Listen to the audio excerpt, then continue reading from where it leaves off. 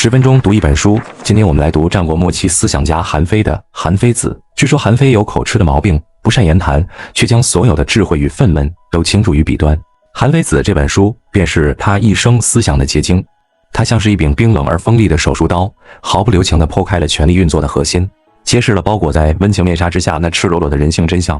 它是一本写给君王的屠龙之术，但其中蕴含的关于组织管理、人性博弈的智慧，时至今日依然让人感到不寒而栗，却又不得不拍案叫绝。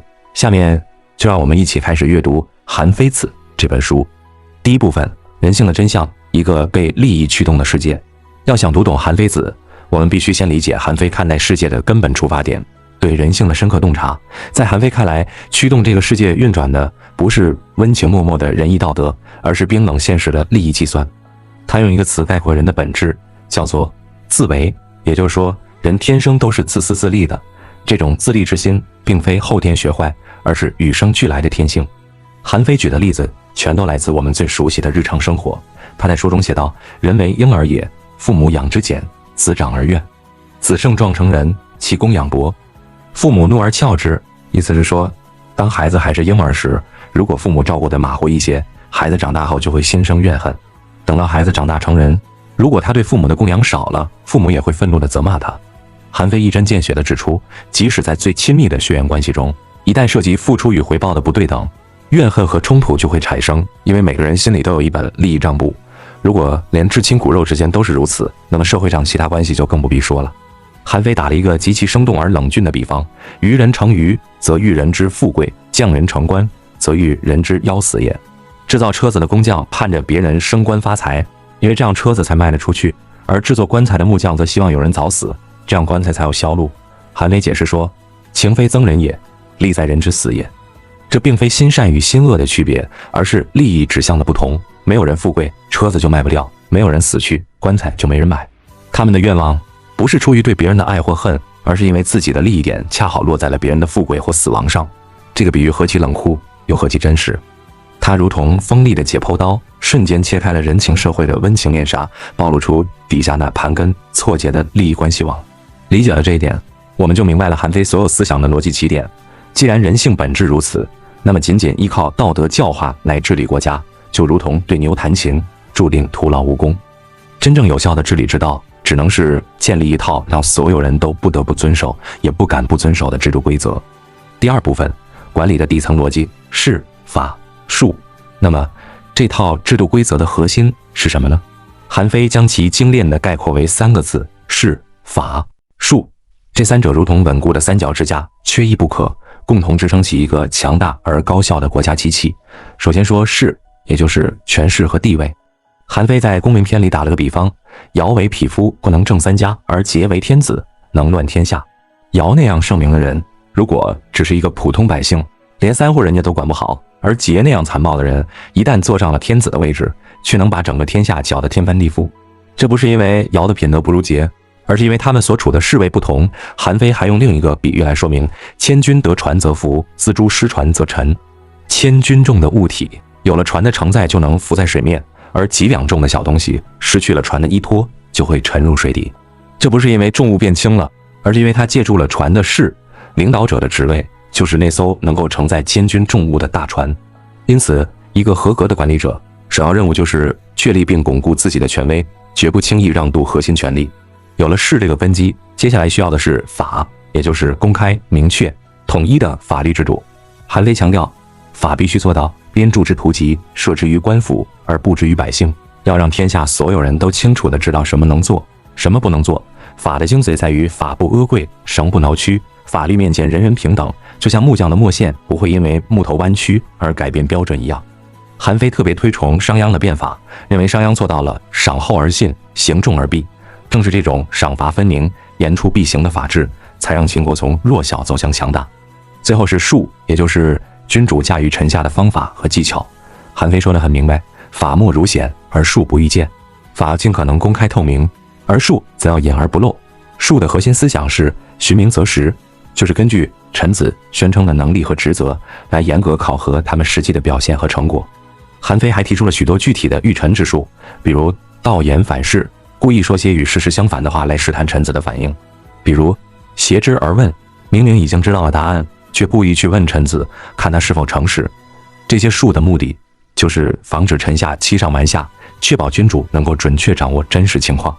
势是领导力的基础，法是组织运行的轨道，术是推动列车前进的驾驶技巧，三者结合才能打造一个战无不胜的强大团队。第三部分，管理的艺术，赏罚分明的二柄理论。在韩非的管理理论中，最核心的概念就是著名的二柄理论。他明确指出，民主之所导致其臣者，二柄而已。二柄者，行德也。一个英明的君主控制臣下，只需要牢牢掌握两个权柄，一个叫刑，也就是惩罚的权利；一个叫德，也就是奖赏的权利。这两样武器是管理者的专属，绝对不能让渡给任何人。为什么这两个权柄如此重要？因为人的行为动机无非是为诛罚而立庆赏，害怕惩罚，渴望奖赏。如果奖赏的权利被其他人掌握，那么下属就会为了得到好处而去依附这个人；如果惩罚的权利被其他人掌握，那么下属就会因为害怕而听命于这个人。久而久之，就会山头林立，人心涣散。韩非用齐国的田常举例，田常私自用大斗借粮给百姓，用小斗收回，以此收买人心，最终篡夺了齐国政权。就是因为君主失去了奖赏这个权柄，那么管理者该如何运用这两个权柄呢？韩非强调要公当其事，事当其言，则赏；公不当其事，事不当其言，则罚。也就是说，你做出的业绩要和承担的任务相符，你承担的任务要和你当初承诺的目标相符。一切都以事实和结果为依据，不掺杂任何个人情感。更有意思的是，韩非认为，即使承诺的小，但业绩很大，也要处罚。为什么？因为不当明也害甚于有大功，承诺与实际不符的危害，比立下大功本身还要严重。他讲了一个韩昭侯的故事。韩昭侯喝醉了睡着，管帽子的官吏看他冷，就给他盖了件衣服。韩昭侯醒来后，非但没有奖赏，反而把管帽子的和管衣服的官吏一起治了罪。因为管衣服的失职了，而管帽子的越权了。在韩非看来，这种对规则的破坏，其危害远比领导授粮要大得多。第四部分，现实主义的人生智慧。韩非子虽然写于2000多年前，但其中蕴含的基于现实主义的深刻观察与冷静思考，对于今天的我们在现实世界中安身立命，依然具有极其珍贵的启发意义。首先，韩非教会我们用变化的眼光看世界。他最著名的寓言之一就是守株待兔。宋国有个农妇看见一只兔子撞死在树桩上，便从此放下农具，天天守在树桩旁，希望能再捡到兔子。韩非用这个故事来嘲笑那些墨守成规，企图用过时方法来解决新问题的人。他明确提出，事易则事易，事易则备变。时代不同了，情况就变了，情况变了，应对的方法也要跟着改变。这提醒我们，无论是个人成长还是事业发展，都不能刻舟求剑，必须与时俱进，不断调整自己的策略。其次，韩非让我们看清平台与位置的重要性。他在《公明篇》中说：“立尺材于高山之上，则临千仞之溪。”把1尺长的木材立在高山之巅，它就能俯瞰千仞深的峡谷。这并不是因为木材本身变长了，而是因为它所处的位置变高了。一个人的能力固然重要，但他所处的平台位置更能决定他的事业和影响力。一个能力平平的人，如果站在巨大的平台上，他的声音可能会被无限放大；而一个才华横溢的人，如果身处无人问津的角落，他的才华可能就无人知晓。最后，韩非对人际关系中的恩惠有着令人不寒而栗的解读。他讲了名将吴起的故事。吴起带兵打仗时，有个士兵生了毒疮，吴起竟然亲自跪下来，用嘴为士兵吸出脓血。士兵的母亲知道后，放声大哭。旁边的人不解，问他：“将军如此爱护你的儿子，你为什么还要哭呢？”那位母亲回答说：“当年吴起就是这样为我儿子的父亲吸吮毒疮，结果他父亲感念恩德，在战场上奋不顾身，最终战死。现在他又这样对待我的儿子，我知道我儿子也活不长了。”这个故事揭示了一个残酷的现实：极致的恩惠并非纯粹的温情，它更是一种沉重的枷锁，一种让人无法拒绝，只能用性命来偿还的心理契约。它提醒我们，在人际交往中要警惕那些不对等的、过度的示好，看清其背后可能隐藏的期望与控制。好了，这本书的内容今天就分享到这里。《韩非子》这本书无疑是一剂猛药，它撕下了温情脉脉的面纱，让我们直面权力与人性的冷酷本质。韩非告诉我们，在一个充满竞争和利益博弈的世界里，要想立于不败之地，不能仅仅依靠美好的愿望和高尚的道德，还要懂得规则的力量，学会管理的技巧，掌握生存的智慧。最后分享书里的一句话，结束今天的阅读：事易则事易，事易则备变。对此你怎么看？欢迎在评论区留言。